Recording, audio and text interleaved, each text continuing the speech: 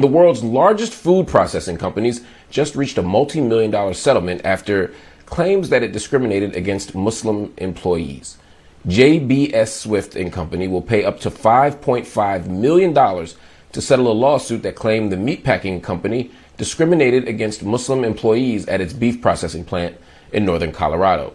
According to the lawsuit filed by the U.S. Equal Employment Opportunity Commission in a federal court in Denver in 2010, the plant in Greeley refused breaks for prayers or breaking of the Ramadan fast, and it disciplined about 300 workers who were Muslim immigrants from Somalia more severely than their counterparts. Joining me now to discuss this major settlement is Jaylani Hussein. He is the executive director of the Minnesota branch of the Council on American Islamic Relations. Jaylani, thank you so much for joining me. What does this settlement mean for working class laborers who are disproportionately Black, immigrant, and Muslim?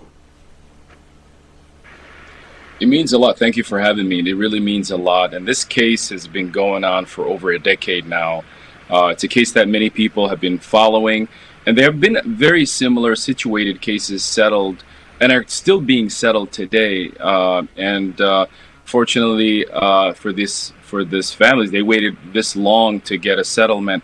But it sends a strong message that religious freedom is going to be something that the administration cares about, and most importantly, that this is not going to be tolerated. And again, this predominantly Somali immigrants who work in many similar situated factories across this country, especially in the heartland, who are there just having an opportunity to work, but also to adhere to their religious practice. And in this particular case, they were even denied bathroom breaks.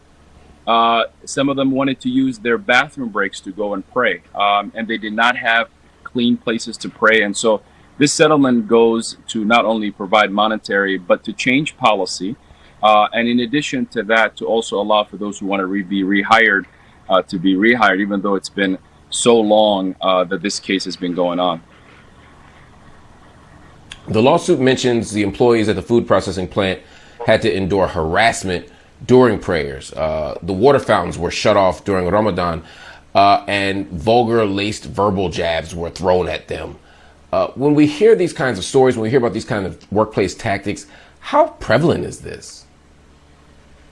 Sadly to say, it's very prevalent. We're seeing this across the country. We're seeing it now, particularly in management changes. When there's a new management changes, oftentimes refusing people to be allowed to pray, and even though they were allowed to pray before that.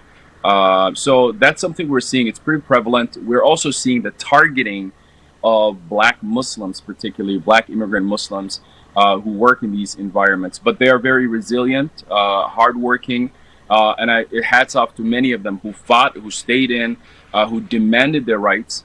And now, 10 years plus later, they can be part of history in ensuring freedom of religion is a bedrock of this country. And companies like who many of us are customers too need to be waking up and realizing the working conditions and the type of religious violations that are happening across this country. And we really all need to be alert to these kind of corporations who are silencing and harassing their employees and denying their religious rights. Organizations like CAIR are at the forefront of trying to fight for this type of outcome, to create more justice, to create more equal rights for Muslims around the United States, to be sure. What are some of the big issues that you see being faced by Muslims in the workplace nowadays? Obviously, we have this case, but there seem to be others that are emerging, some really significant ones. Well, I think, CAIR-Minnesota and all of the CAIR chapters across the country, we still see employment discrimination as predominantly one of the largest segment of our caseload. And discrimination at work is coming from individual harassment that are being ignored by HR. We're seeing it also happening in the corporate world sometimes, where you may not be denied the right to pray, but you're punished by not attending certain meetings, especially on Friday prayer, where many Muslims have to observe and go to Friday prayers. You may not be denied the right to pray, but then you might be punished indirectly. And so there are all types of discrimination we're seeing.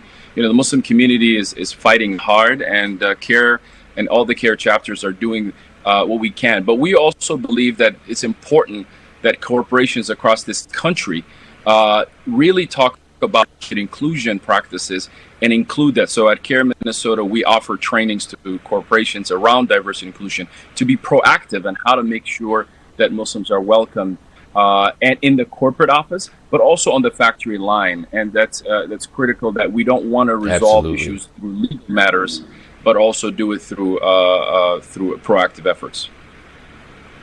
That sounds great. That's the work that needs to be done, not just for Muslims, but for all people around the country. But certainly Muslims and Black Muslims bear so much of the brunt of the type of discrimination that you're talking about.